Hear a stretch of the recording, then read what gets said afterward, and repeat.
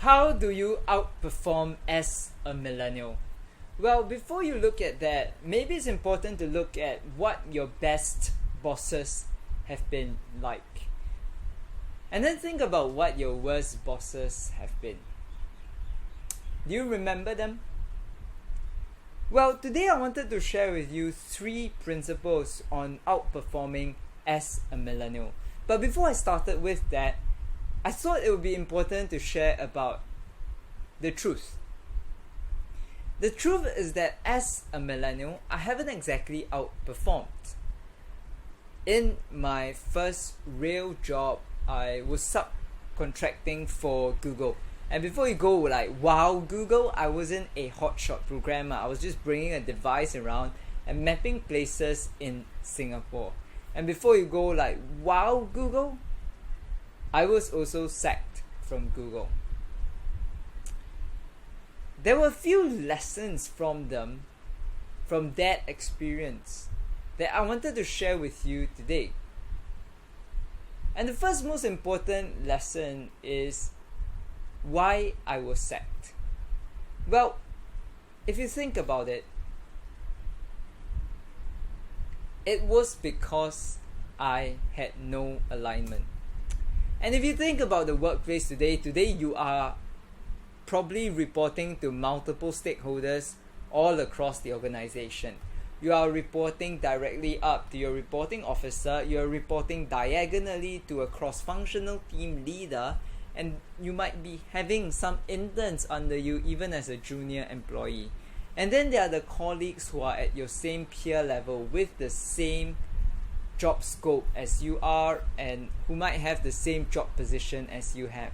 And with so many cross-functional teams and so many reporting lines, things do get blurred.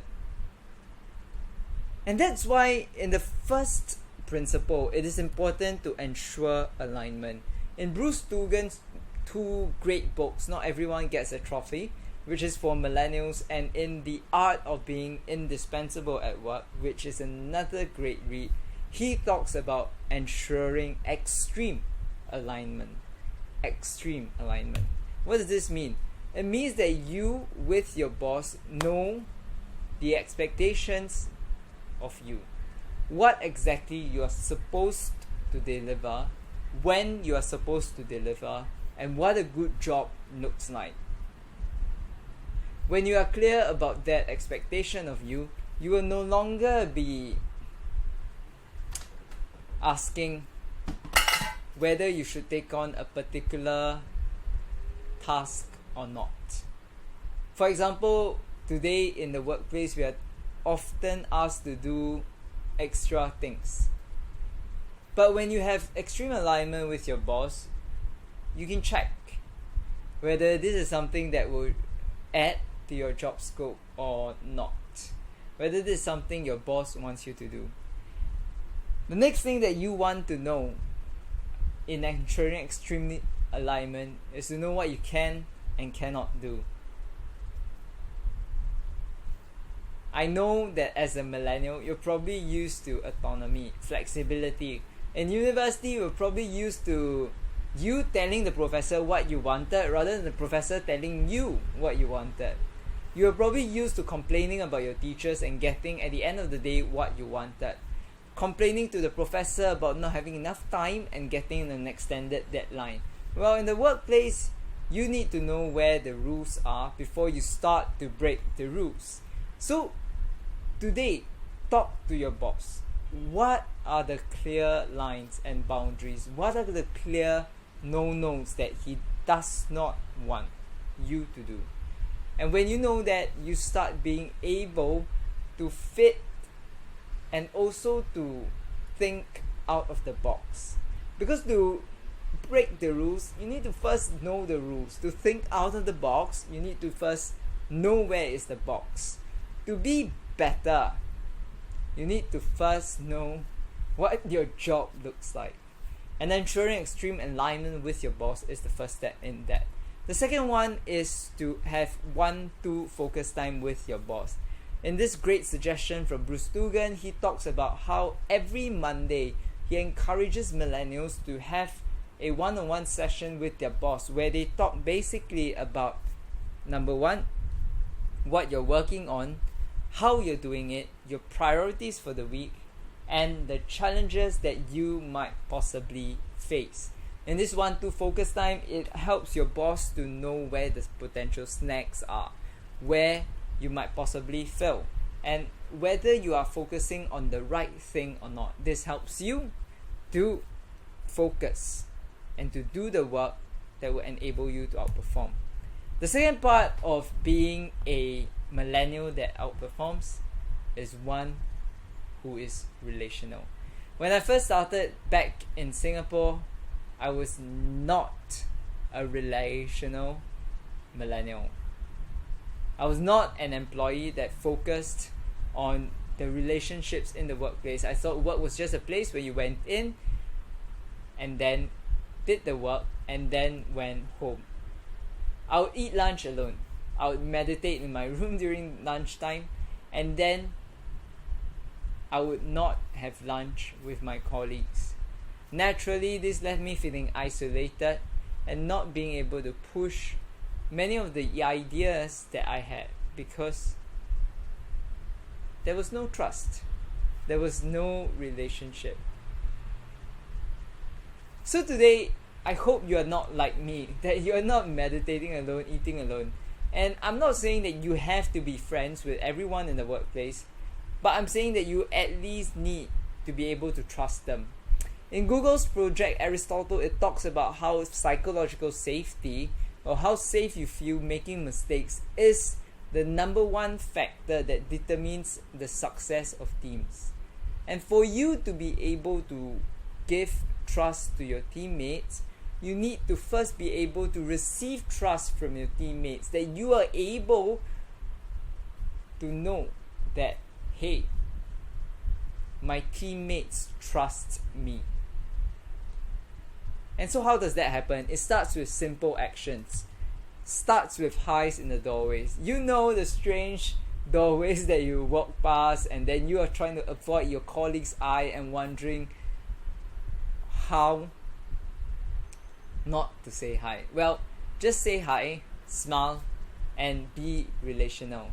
You know, today in the Zoom rooms across the COVID pandemic, you might not see your colleagues in the doorway as often. Well, then there's a chance for you to just make small talk. Rather than looking at your phone whilst waiting for the formal meeting to start over Zoom, why not just make some small talk over the Zoom meeting before the formal minutes start? Talk about how their weekend went. Talk about how they got to the Zoom room, whether it was a busy day for them. Talk about whether they had their breakfast, what was for breakfast. You know, this kind of small talk sounds ridiculous, but it does establish relationship, and it helps you to see that you are actually humans relating to humans, working together with humans, and not robots without emotions, feelings, or backgrounds. The next one is to have lunch together.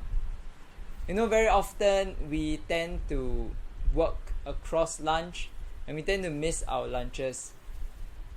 Today, don't miss that. Take the time to go for that, and take the time to ask about someone's hobbies. Today you might be an introspective person, and you might be more tempted to keep things to yourself. But well, being together with someone across lunch helps you to enjoy each other's company, to build trust in those shared moments. Lastly, talk about how each person is. Not about how you are as a pleasantry, but how are you really? How are you really? This can come through calls that don't just talk about work, but talk about your emotions. When I first started my job, I remember that I was really grateful that my colleagues would take time to listen to me and to ask me how I am. Not how my work was, but how I was.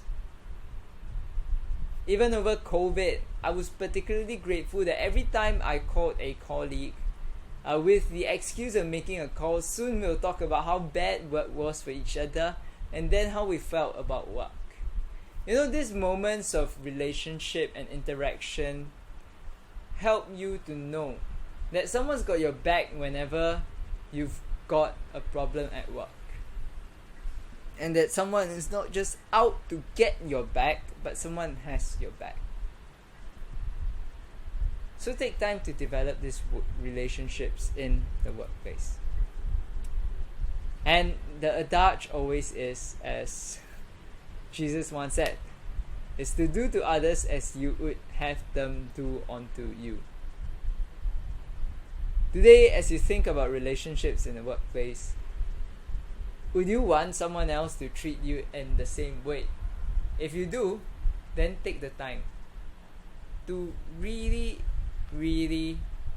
try to develop relationships that count, to develop relationships of trust, to develop relationships where you are together, human with human. Not human working with human, but just human with human, person with person. The last one is reliability. When you look at the hotshot CEOs that you might be familiar with, Steve Jobs, Mark Zuckerberg, Jeff Bezos, you might think that the most important quality is that of creativity, or being a visionary, or just being really passionate, like how Steve Jobs quit college and enrolled in a calligraphy class. Well, all those qualities are important, but perhaps the most important one is reliability. And how might you show that? Here are 3 ways. Well, first thing is to ensure that you close the loop. Here you see that there's an open loop. And we often face this in our meetings or even in work tasks. We have no idea what done looks like. In Brené Brown's great book, Dare to Lead, she talks about how tasks, when they are assigned, need to have a clear definition of what done looks like. And so next time, before accepting a task for yourself, ask the person who's assigning it, what does done look like? What does completion look like? What does success look like? And so when you take on that task, you know what are the expectations and what will help you to exceed those expectations. Or even in meetings, ensure that each task has a closed loop. Don't just leave things hanging.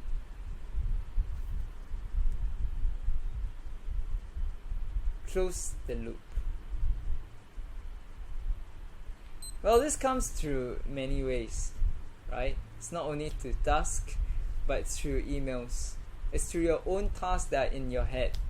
Every time you think of a task, rather than allowing it to scramble across and to be lost in the vestiges of your mind, just write it down somewhere. Close those open loops. These mental loops do take up space in your head, and the thing is that when it piles on more and more space, then we have less head space to think about where other things need to be done. So today, rather than going on to different things all at once, take the time to close each open loop that is in your head now. The next thing is to have better meetings. You all know the meetings where you walk in and you're not sure what was exactly accomplished, and you walk out dazed, confused, and you wonder what just went on. When you have those experiences, it helps to have clear, structured meetings. Very often we don't have good meetings because number one, we don't have a clear agenda. We don't have a clear purpose. We are not sure what was agreed during the meeting, and we are not sure what were the actions that are going to be done moving forward. And in this great book, The Art of Gathering, Priya Parker talks about how there's a great paradox in gathering. There are so many reasons for us coming together that often we don't know why exactly we are even gathering together. And so it helps where you commit to a bold purpose for coming together. So next time before you send out a meeting invite, make sure that you state the purpose, then share the agenda, and then during the meeting, write down what was agreed upon, and then what was the actions that are agreed on. And under those actions, state the owner, state the date due, and state any additional remarks. And make sure you send out the meetings minutes. This might sound basic, but as you probably know, this is not basic. As we move on from task to task, very often we meet and then we are not sure what is the follow-up. This is basic meeting hygiene and meeting discipline. And this ensures that we build better meetings for better collaboration, better teamwork, and better work done. Well, the next one is to have diabolical follow-up. Bill Amelio, the former CEO of Apple, was always known for diabolically following up and following through. To be reliable at your workplace, ensure that there is follow-up. Here you see a picture of a construction, and for this to have happened, there were many moving parts. You as the millennial might feel that at the bottom you have no role to play in telling people what to do. But what you can do is to follow up with people and to ensure that the task that was assigned is done. And you might be asking, who am I to tell you what is to be done? Well, you can just check. You can just follow up, follow through, and ask gently, politely, sincerely. As we talked about just now, very often you are misunderstood not because you look bad or because you look like you are out to hound someone, but it is in the tone of your voice. It's in how you look at the person. It's whether you see the person as a human being who is trying his best, whether you are sincere about asking, or whether you are indirectly accusing the person of not doing enough. That determines how the person receives it. And so if today there is an action point for you, then make sure that when you follow up, be warm, be gentle, be sincere. Not being in an accusatory tone where you ask, has this been done? But where your eyes soften and you ask gently, I was wondering if this task had been done. And here you already see the difference, right? So try that. In The CEO Next Door, this great book written by Botelho and Powell talks about how they studied 2,700 leaders, and they found 4 factors that determine a CEO's rise. The first acronym of DARE, D-A-R-E, was decisiveness, then adapting boldly, engaging for impact, and then lastly, relentless reliability. You might think that reliability sounds ridiculous, but as Botelho talks and finds in her research, she found that CEOs known for being reliable 15 times more likely to be high performing, and their odds of getting hired are double those of everyone else. Double. Today, in becoming a millennial that outperforms at work, you have heard the three things: aligning with your boss, then focusing on being relational, treating humans as humans rather than as simply co-workers, robots who are there for the same task. And then lastly, but most importantly, about being reliable. You know, when I was sacked from Google, looking back, a key reason was because I was no longer a safe pair of hands. I was there working with other colleagues, and I was destroying those relationships, making them conflictual, argumentative, and difficult. But from those lessons, I learned that relationship really matters, but more importantly, that reliability, that whether or not the job gets done, whether or not you can be trusted to do what you say you do, is vital to any sort of outperformance. Today, as you look at your job, I want you to ask yourself this question: do I do what I say I will do? And as you go on that relentless march, that 20-mile march, as Jim Collins describes it, you will find yourself being more and more reliable, doing the things that you say you will do, that people expect you to do, and exceeding their expectations each time. I am confident that you will succeed as a millennial in the workplace. Thank you. How was this for you? What was the insight that was most important for you?